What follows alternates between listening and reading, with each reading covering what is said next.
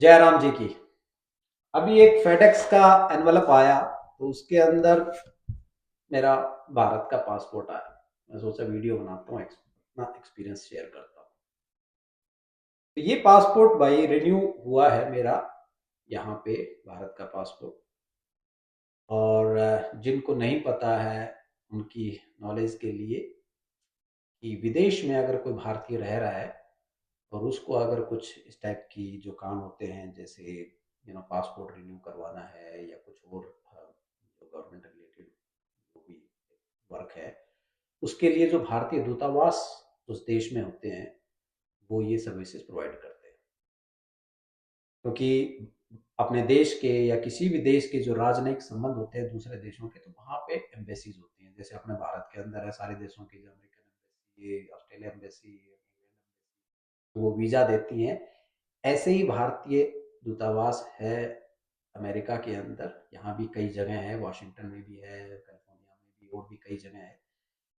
तो यहाँ के लोगों को वीज़ा भारत का देने के अलावा भी बहुत सारे एक एम्बेसी के काम होते हैं, क्योंकि राजनयिक संबंध होते हैं उसमें, व्यापार संबंधी, कल्चरल संबंधी, या यहाँ जो भारतीय रहते हैं उनकी समस्याओं को, उनके कार्यों को। जैसे कि उसमें ये पासपोर्ट रिन्यूअल भी है।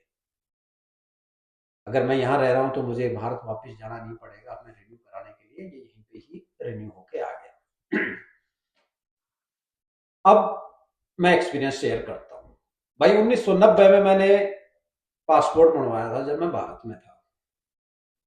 उस समय भाई गवर्नमेंट ऑफिस से डील करना एक बड़ी महाभारत थी।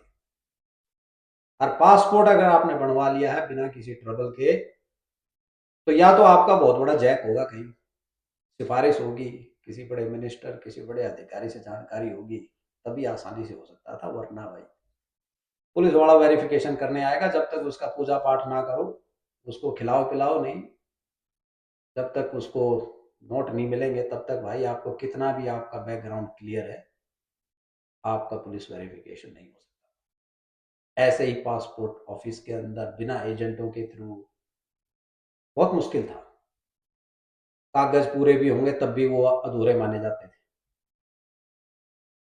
अब चीजें चेंज हो चुकी हैं। वो तो आप बताएंगे भारत के अंदर भाई क्या सीन है। मैं तो यहाँ पे अमेरिका के अंदर एम्बेसी का बता रहा हूँ कि बहुत अच्छी सर्विस रही, क्योंकि ये मैंने अप्लाई किया था ऑनलाइन, और कोरियर के थ्रू ये डॉक्यूमेंट्स गए थे, मेरे पासपोर्ट्स वगैरह। और विद इन 2 वर्किंग वीक्स ये मेरे को बन के वापस आ गया। फास्ट सर्विस तत्काल में नहीं था ये।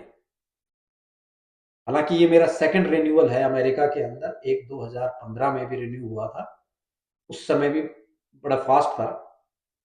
लेकिन उस समय पुलिस वेरिफिकेशन नहीं होती थी भारत के अंदर, जहां से आप आए हैं, आपका जहां भी घर है। अब की बार पुलिस वेरिफिकेशन हुई है, और अच्छी बात है, होनी चाहिए। क्योंकि अमेरिका में कोई रह रहा है, इसका मतलब ये थोड़ा ना कि सब कुछ क्लियर है पीछे। तो पुलिस वेरिफिकेशन हुई 3-4 दिन पहले। पुलिस वाला गया था गांव के अंदर भाई, और हैरानी की बात ये थी, हालांकि मैंने दूसरे दिन पूछा, बोले जी आए थे पुलिस वेरीफाई, जो उन्होंने काम करना था वो अपना वेरीफाई करके चले गए। तो मैं पूछ रहा था मैं कि मैं खिलाना पिलाना पड़ा क्या। बोले नहीं जी, उन्होंने कुछ नहीं मांगा। तो हेड्स ऑफ टू यू, इसका मतलब बहुत बदलाव आ रहा है। और क्या ये सिर्फ वही पुलिस वाला ही ईमानदार था, ये तो आप बताएंगे। क्या अभी भी पुलिस वेरिफिकेशन कराना किसी भी चीज़ के लिए, चाहे वो पासपोर्ट हो, उसमें भी खिलाने पड़ता है क्या? क्योंकि उसने भाई कुछ नहीं लिया। एंड अगर वो ये वीडियो देख रहा है या उसका कोई साथी देख रहा है, उस महकमे के लिए सबको भाई दिल से धन्यवाद।